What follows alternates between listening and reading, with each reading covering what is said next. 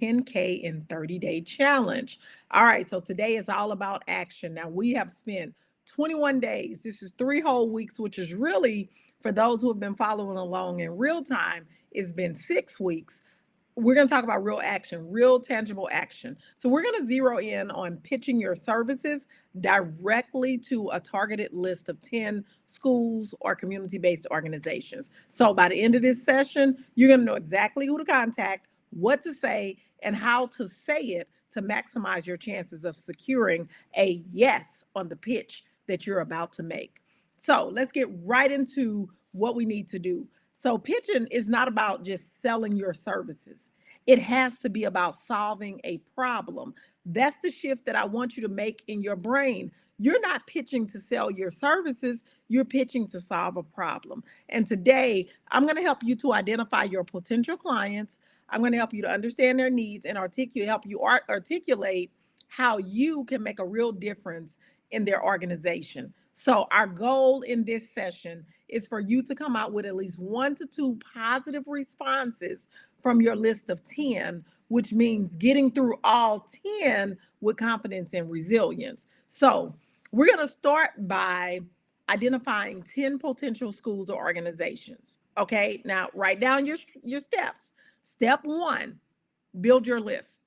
You want to go and write down a list, determine if you're doing community organizations or schools. I would not say mix the two. And let me be quite clear. I believe that you should do charter schools and private schools because you can work the quickest within the charter school community and the private school community. And private school can be affluent private schools, religious private schools, or just regular private schools. But I think that those are the ones that you need to start with. If you're going to do community-based organizations, think about the ones that have your ideal clients or who work with your ideal clients, like Head Start, Urban League, 100 Black Men, Jack and Jill, STEM Foundations, Girls Who Code, all those types of organizations. Or you might be a person who's going to target 10 universities that have graduate level teacher education programs, and you want to target them.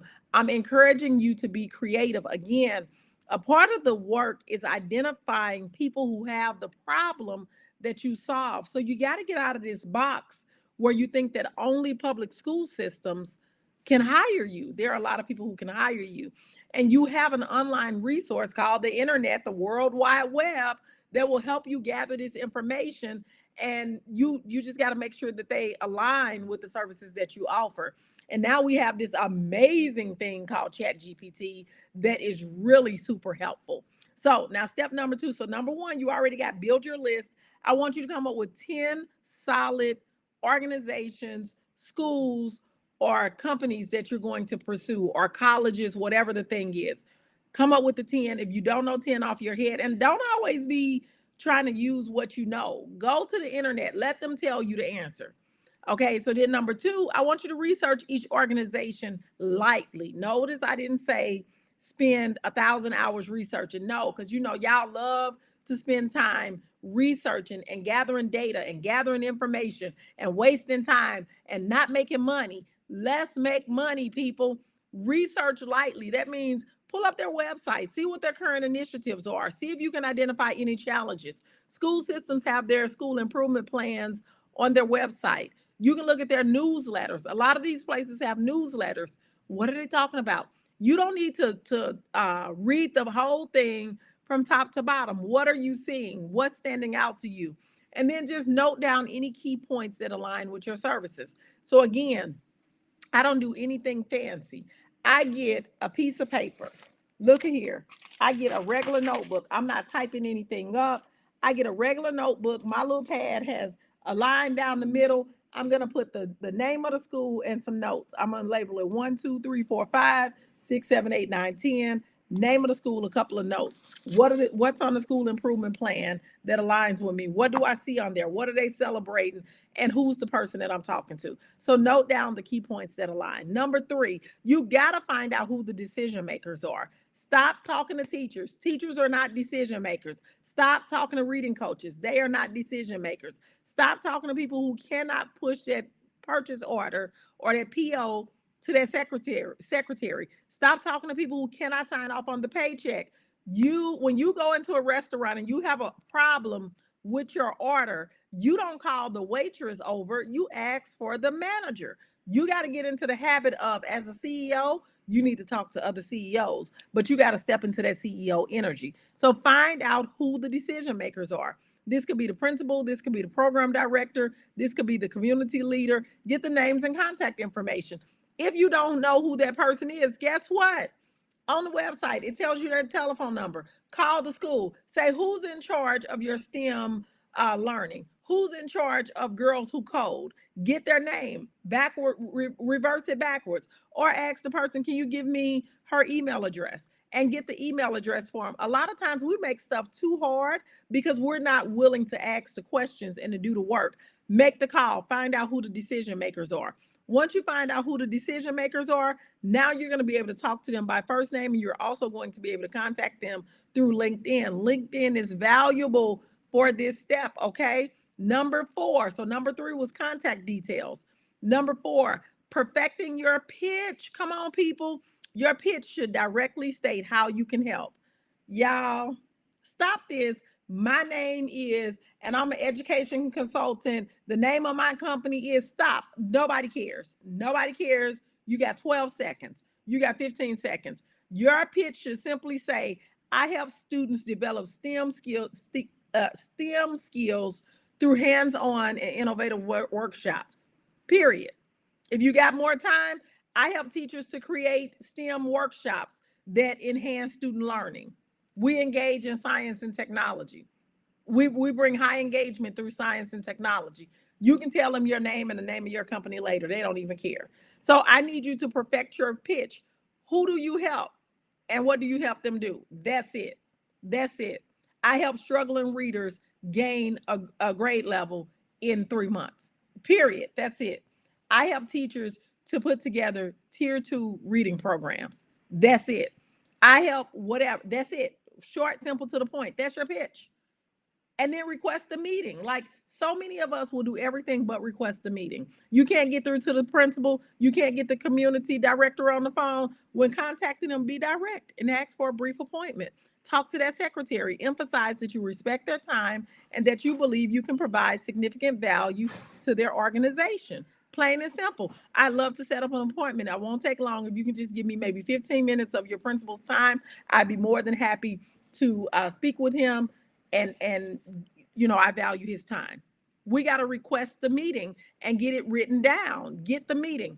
And then you got to prep for the meeting. Approach every potential meeting as if you're about to close a deal. You got to prepare thoroughly, anticipate questions, and rehearse your responses. We are not just winging this. When you already know, I'm researching 10 schools, I'm going through 10 calls, I'm going to work to get 1 to 2 appointments. You're not going to work through 10 schools and get 10 appointments. Let's first be clear about that. But you will get 1 or 2 appointments. And even if you don't, you're building the repetition. You got to build your reps. When you first decide, I'm going to have a flat stomach, you don't sit down and do 50 sit-ups. You got to start with 5 or maybe 10. And then next time you might do 15. And then next time you might be 25. But guess what? Each time is hard. So accept it. I want you to approach every meeting as if you're about to close the deal. You got to be prepared with your questions and rehearse your responses. Confidence is key, folks. And remember, mistakes are part of the learning curve. If you say something to mess it up, be okay to say, oh, wait a minute, that's not what I meant. Let me say that over. Let me start over. Don't be afraid to make mistakes. It's okay. We all made mistakes when we first started pitching our services. And again, you're pitching to solve a problem. And if you put that into your mind that you're working to solve a problem and not just to sell a service, you're going to see that your delivery is a whole lot different and your focus is going to be a whole lot different as well. So your task today is to compile your list of 10 organizations, gather the relevant information, and to draft in your mind your initial contact pitches. Get your list. And give me some examples in the comments of the people that you're going to contact. And we can work to refine our approaches. And remember, me getting contracts has nothing to do with you getting contracts. So we don't have to be scared to share who we're pitching to. A lot of times we're in different states. And the more, if I can help you, then you should be willing to help somebody else. So share in the comments who you're going to pitch to. Are you starting with public schools, charter schools, colleges, universities? Give some ideas to other people in the comments as well. So remember, successful pitching is about persistence and learning from each interaction.